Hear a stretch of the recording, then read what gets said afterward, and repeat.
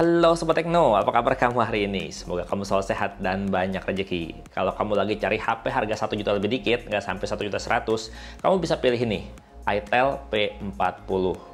Cek aja link di deskripsi video untuk beli HP ini dengan harga nggak sampai 1,1 juta.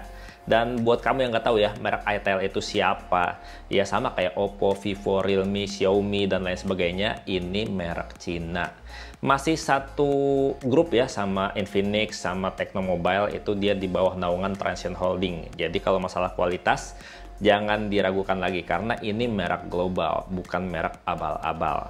Dan cuma 1 juta aja kita dapat HP yang desainnya cakep keren kayak gini loh. Bodinya tuh didesain bertekstur halus kayak sidik jari gitu, tapi tetap ada efek holografisnya, jadinya tuh bikin HP ini tuh kelihatan keren gini. Dan bagian bezel kameranya yang jadi satu sama sensor sidik jari dibuat lebar gini ya, jadinya bikin HP ini kelihatan tambah keren kalau menurut saya. Apalagi bagian kameranya ya, yang didesain dengan bulatan-bulatan besar kayak gini. Seakan-akan tuh ngasih tahu kalau kameranya ini tuh keren banget. Desainnya juga dibikin agak kotak gini, jadinya nggak kelihatan kayak kelas HP harga 1 juta kan. Ya walaupun bezel kameranya ini yang segini gede bikin gampang kotor karena gampang bercak nempel sidik jari. Tapi kalau bodinya enggak, ini bodinya enak digenggam. Untuk sisi kanan, sisi kiri, dan sisi atas bodinya juga dibikin flat datar. Jadi seakan-akan tuh bodinya berasa bersudut, jadi kayak kesan HP mewah mahal gitu ya. Rata-rata HP baru di atas 3 jutaan banyak yang pakai desain kayak gini.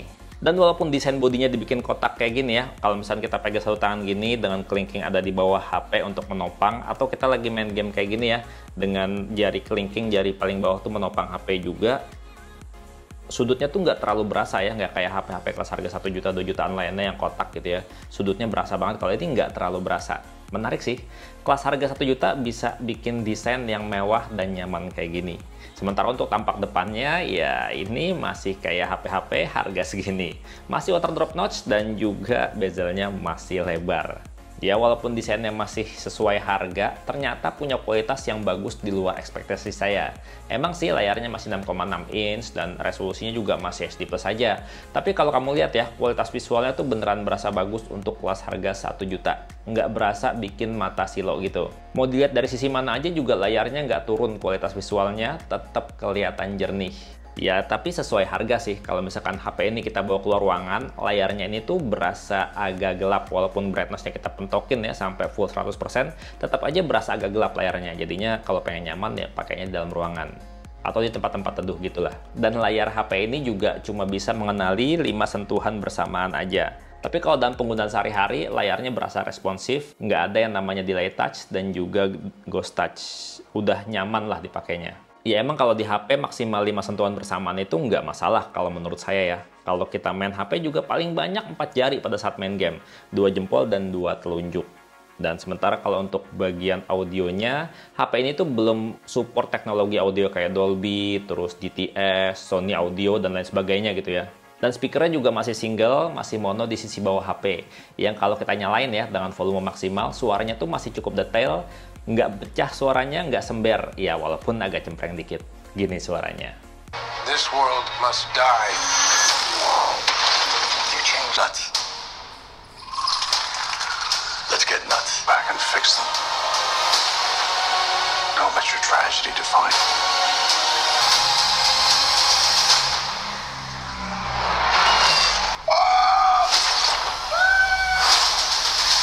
Selain desainnya yang kece dan kualitas layarnya yang oke, bagian yang paling menonjol dari HP ini adalah di bagian performanya. Ini kelas harga 1 juta loh. Performanya bikin puas. Kalau pakai HP ini tuh nggak perlu ya yang namanya ngelatih kesabaran. Padahal HP ini tuh pakai chipset yang udah cukup lama usianya. Itel P40 ini pakai prosesor Unisoc SC9863A dan dipadukan dengan 4GB RAM dan 64GB internal storage. Di mana RAM-nya sendiri ini bisa kita tambah ya, pakai fitur virtual RAM hingga 3GB. Pokoknya nyaman banget lah kalau dipakai untuk penggunaan harian biasa. Nggak cuma penggunaan harian biasa ya, kalau buat main game juga HP ini udah cukup nyaman. Kalau buat main game-game yang ringan hingga sedang sekalipun, ini masih oke.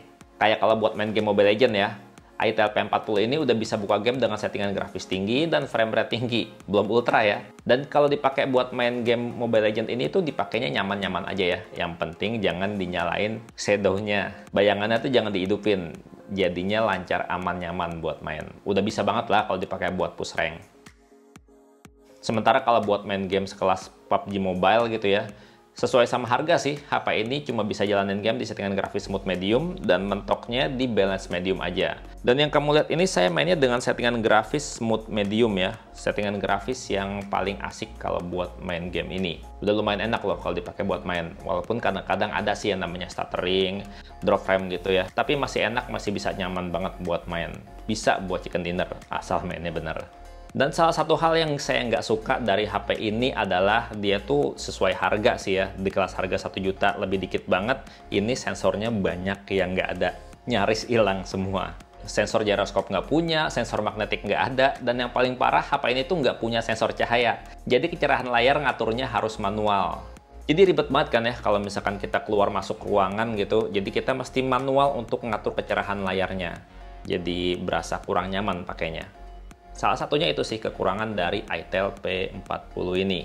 Tapi salah satu kelebihannya juga di bagian sensor adalah HP ini tuh masih nyediain sensor sidik jari di belakang bodi, yang performanya berasa responsif dan bener-bener berguna, jadi nggak perlu lagi pakai password-password segala. HP kelas lain di kelas harga setara, banyak loh yang nggak pakai sensor sidik jari.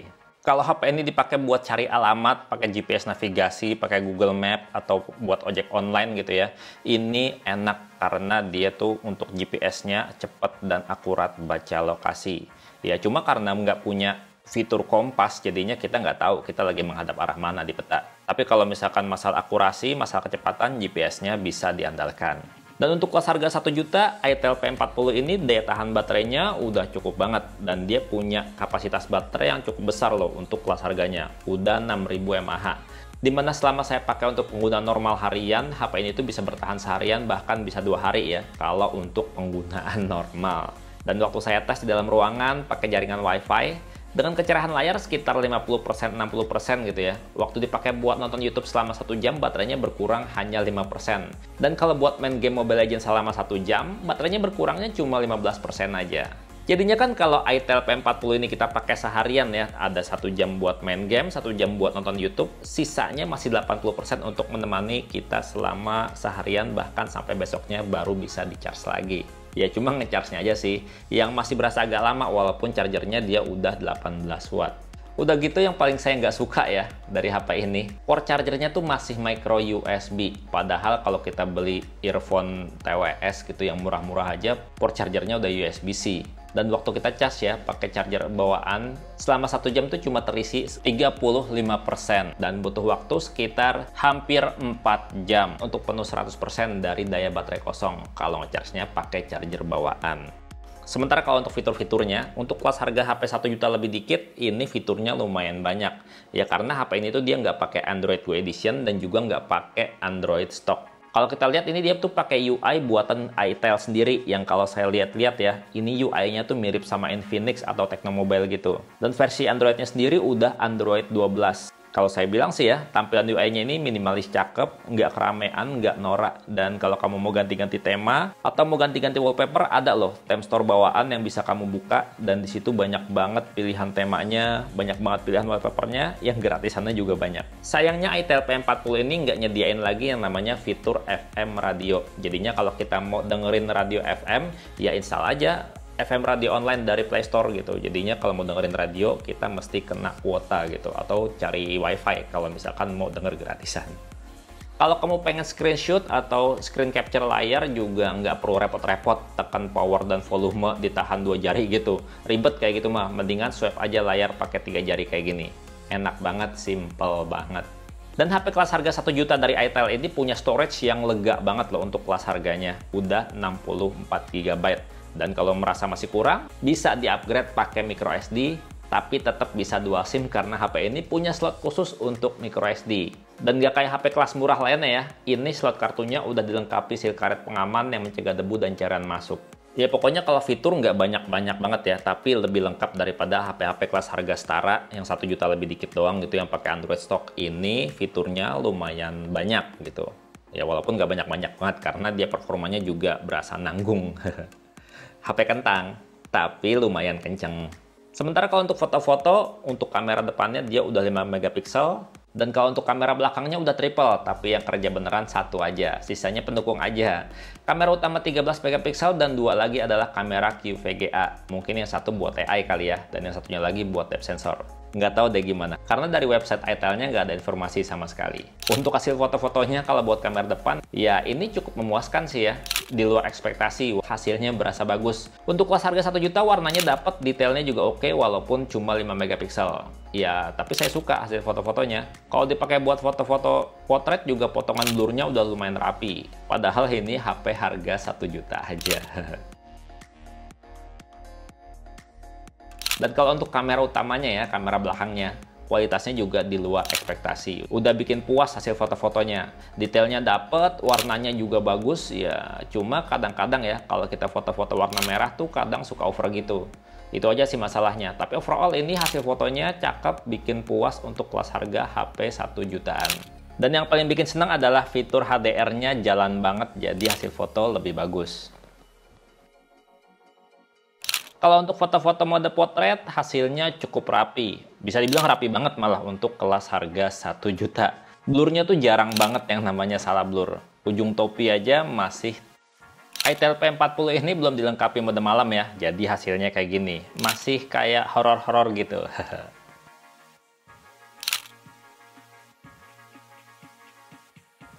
Dan kalau HP ini dipakai buat rekam video, kamera belakangnya bisa Full HD dan kamera depannya mentok di 720p aja, nggak sampai Full HD. Dan kedua kameranya, baik depan maupun belakang, kalau buat rekam video masih berguncang.